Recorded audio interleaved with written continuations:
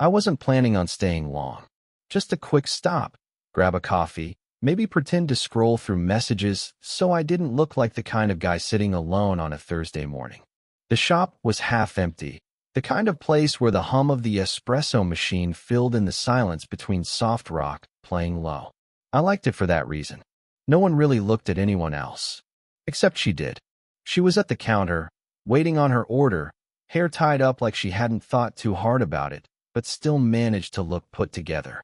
I'd seen her a handful of times. Always here, always with the same stainless steel thermos she brought from home, which I found strange. Who brings their own thermos to a coffee shop? That morning she caught me looking at it. At her. She tapped the lid with her fingernail and said, almost to herself, "Keeps it hotter than their paper cups." I half smiled, not sure if she expected me to respond. Practical, I managed.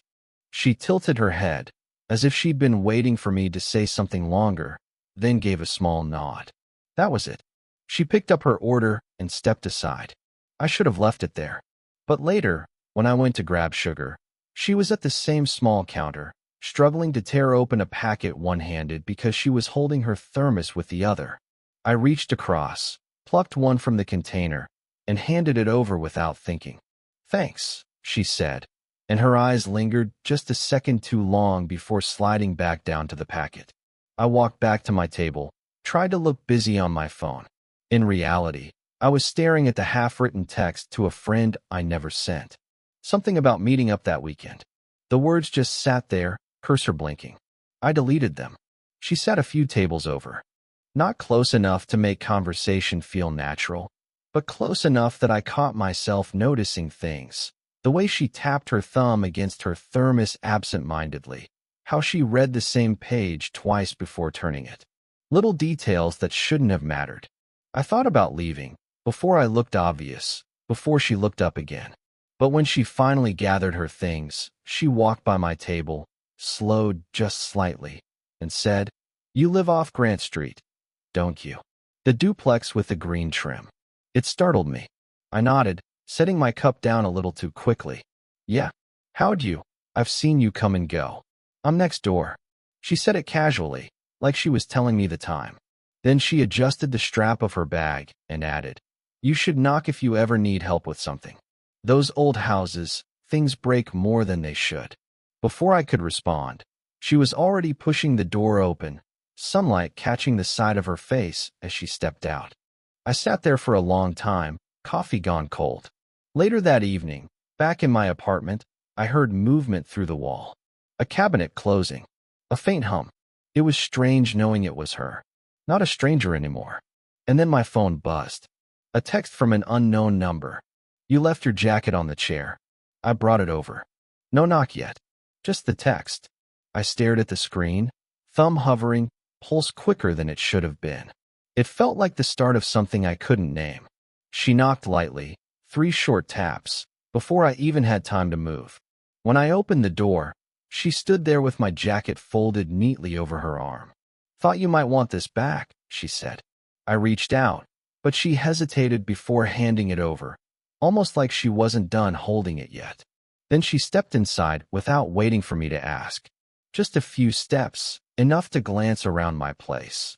The half-washed dishes, the slouched couch cushions, the half-empty bookshelf. "Looks about how mine did when I first moved in," she said with a small laugh, setting the jacket on the armrest. "Except I had 2 kids and twice the noise." It caught me off guard, the word kids. She said it like it was in the past tense. "You live alone now?" I asked carefully. She nodded, looking toward the wall we shared. "Yeah. Divorce finalized 2 years ago. They're with their dad most of the time. College now, anyway." I didn't know what to say, so I just nodded. My hands found each other, restless, folding and unfolding like I was trying to smooth out something invisible. She noticed. "You don't talk much, do you?" "Guess not." She smiled, not unkindly. "That's rare." We ended up sitting at my little kitchen table. She offered to make tea, from the small stash she carried in her bag, like it was normal to bring tea leaves to a neighbor's apartment. The kettle whistled softly, filling the silence we didn't rush to break. When she poured, Her hand brushed mine, brief but warm. I told myself not to think about it, but it looped in my head anyway. Over steaming cups, she asked about my work, my classes, what brought me to the city. I gave short answers, but she didn't seem to mind. At one point she leaned back, studying me like she was trying to place me in a painting she almost remembered. "You remind me of my son's friend," she said finally. Quiet, thoughtful, but always looking like he had something he wasn't saying. Something in my chest tightened. I didn't want to be someone's son's friend. I wanted to be something else, though I didn't even know what that meant. The silence stretched. I stared at the steam rising between us, the way it curled and disappeared. I thought about how easy it would be if she just stood up, left, and this whole thing stayed neighborly. But she didn't. Instead, she reached across the table, not to take my hand. Not quite, but to pick up the napkin I'd been folding and unfolding. Her fingers brushed mine again as she pulled it away, smoothing it flat on the table like she was taming something restless. I laughed quietly, a little embarrassed. "Sorry. Nervous habit." She looked at me, soft but steady. "Don't apologize. It's honest." And for a moment, I didn't feel the silence between us as something heavy. It felt like space being held.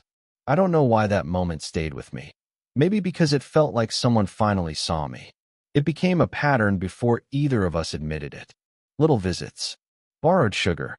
A knock when the Wi-Fi cut out. Nothing serious.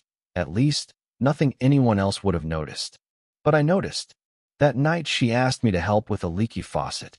I followed her into her kitchen, the air faintly smelling of lemon soap and something floral I couldn't place. She handed me a wrench, stood close enough that I could feel her watching. My hands fumbled more than they should have. "You're better at this than I am," she said. I almost laughed. The faucet dripped twice in response.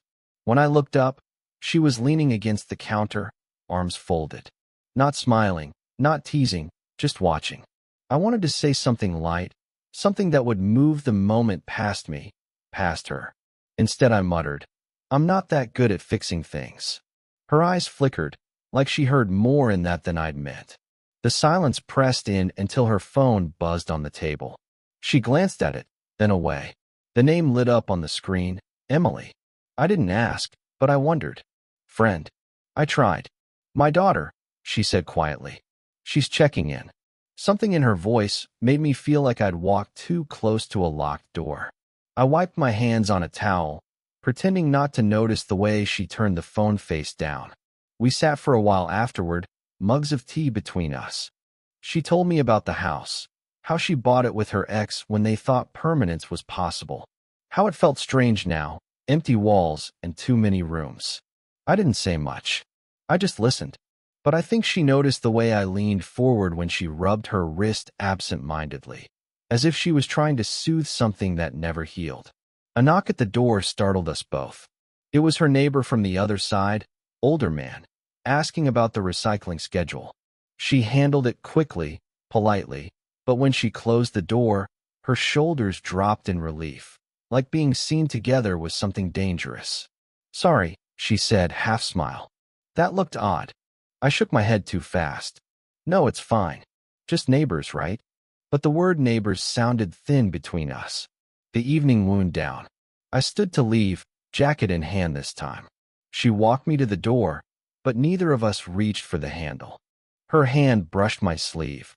Not a grip, not even intentional maybe, but it stayed a second longer than it needed to. I looked at her. She looked back. For half a breath, the air tilted. Close enough to lean in, close enough to erase the question hanging between us. But she stepped back. Just one step. "Good night," she whispered. I walked out, the word echoing like something unfinished. It was late afternoon, the sky that pale gray where you can't tell if it wants to rain or clear.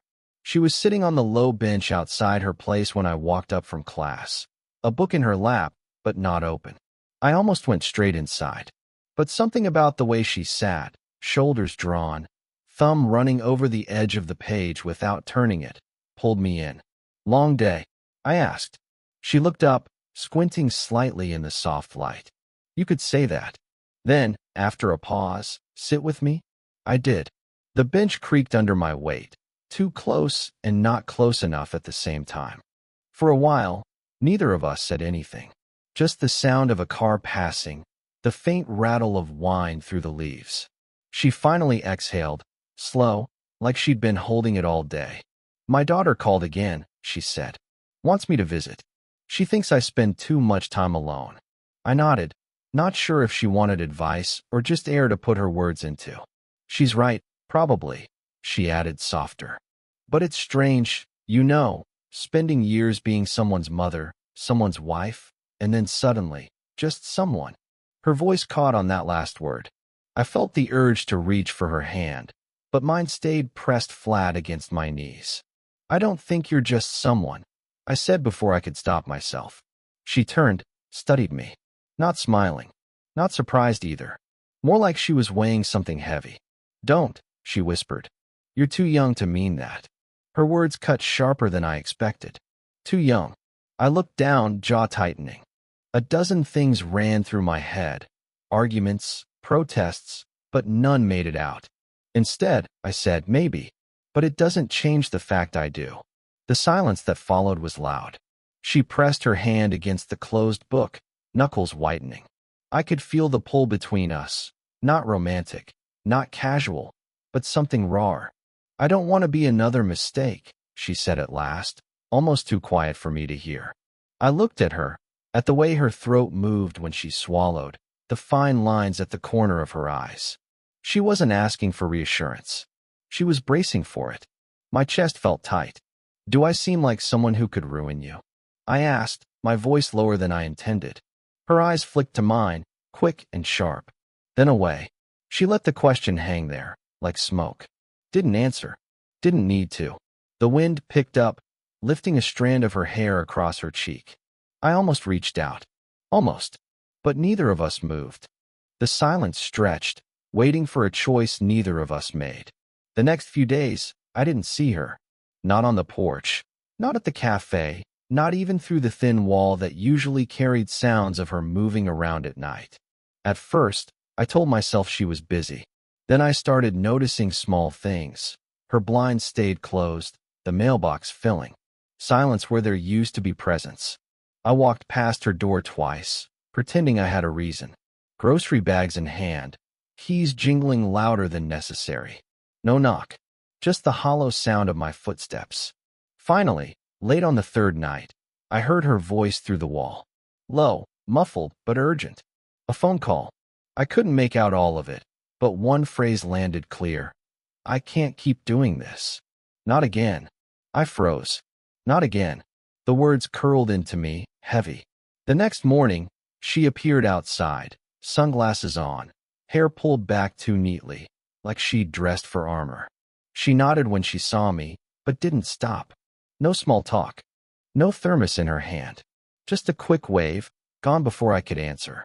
The distance rattled me more than I expected. My routines felt thinner. Coffee didn't taste like anything. I scrolled my phone longer than usual, staring at old, unsent texts, drafting new ones, and deleting them just as fast.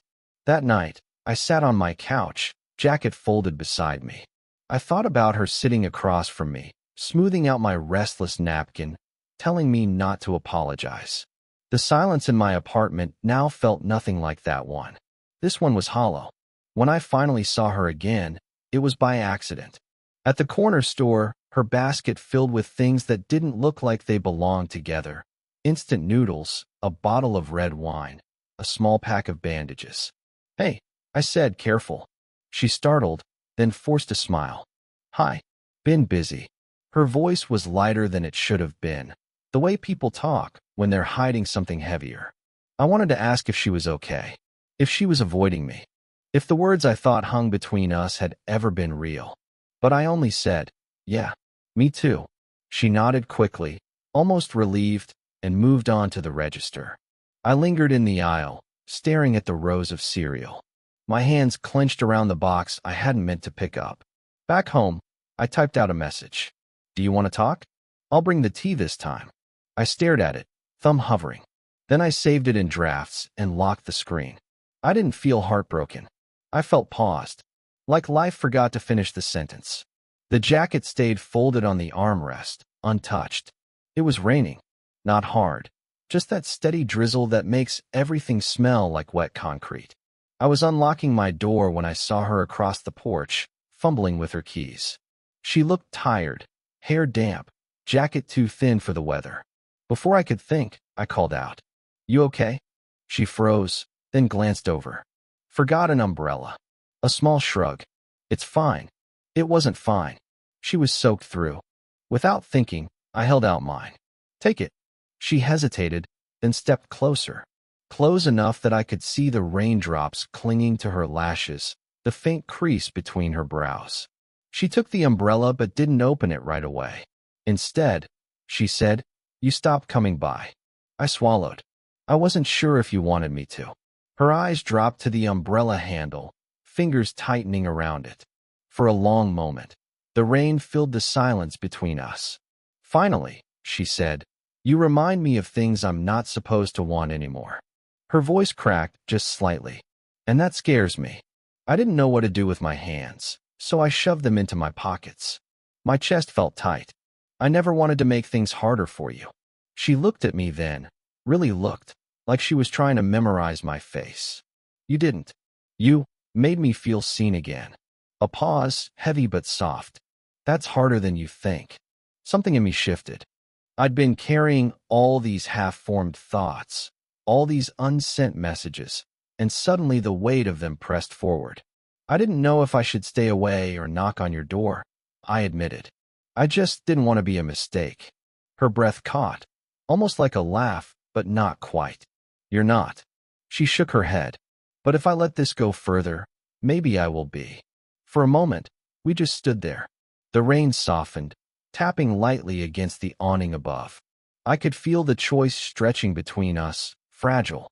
She lifted the umbrella, opened it with a sharp click. Then, almost without thinking, she shifted it so it covered both of us. We stood shoulder to shoulder, damp and quiet under the same circle of dry. Her hand brushed mine, not deliberate, not an accident either. I didn't grab it. I didn't lean in. I just let it rest there, the faintest pressure between us. She exhaled, long and steady, and whispered, "Okay." Just that. And for once, the silence didn't feel unfinished. Weeks passed. The air shifted, spring leaning into summer. The rhythm of the neighborhood steadied again. Lawnmowers on Saturdays, kids riding bikes down the street, the clink of bottles in recycling bins. She and I never had a big conversation after that night in the rain. We didn't need to. Things just adjusted. Some mornings, I'd see her on the bench outside, thermos in hand. I'd bring my coffee, sit beside her. We didn't always talk. Sometimes it was just the sound of the street waking up, the comfort of knowing someone else was there at 8:47 a.m. Other evenings, I'd hear her moving through the wall. Instead of feeling restless, I found it grounding. Like a quiet reassurance that life was carrying on, hers against mine. We built little routines without naming them. I'd fix the leaky faucet again. She'd bring over tea, insisting it was better than the store-brand stuff I kept. We'd watch the rain from the porch without umbrellas this time, shoulders almost brushing, comfortable in the damp silence. It wasn't perfect. Some days she pulled back, caught in her own history. Other days I held my words too tight, afraid of saying the wrong thing. But the pauses between us didn't feel like endings anymore. They felt like space. Breathing room. One night, we sat on the same bench where everything once felt so sharp. She told me about a trip she wanted to take, a short one, just up the coast. Nothing dramatic. I didn't ask if I was invited. She didn't say, but the way she smiled at me, soft and unguarded, was answer enough. I reached for her thermos then, half joking, trying to pry it from her hands. She let me hold it for a moment, then took it back, her fingers brushing mine in that way I'd stopped second-guessing. We laughed quietly, not because it was funny, but because it felt like something belonged to just us. I don't remember the exact words we traded after that. What stayed with me was the quiet. Not heavy, not unfinished. Just steady. Like life, finally, had finished the sentence. What kind of quiet? Real love stories do you want to hear next?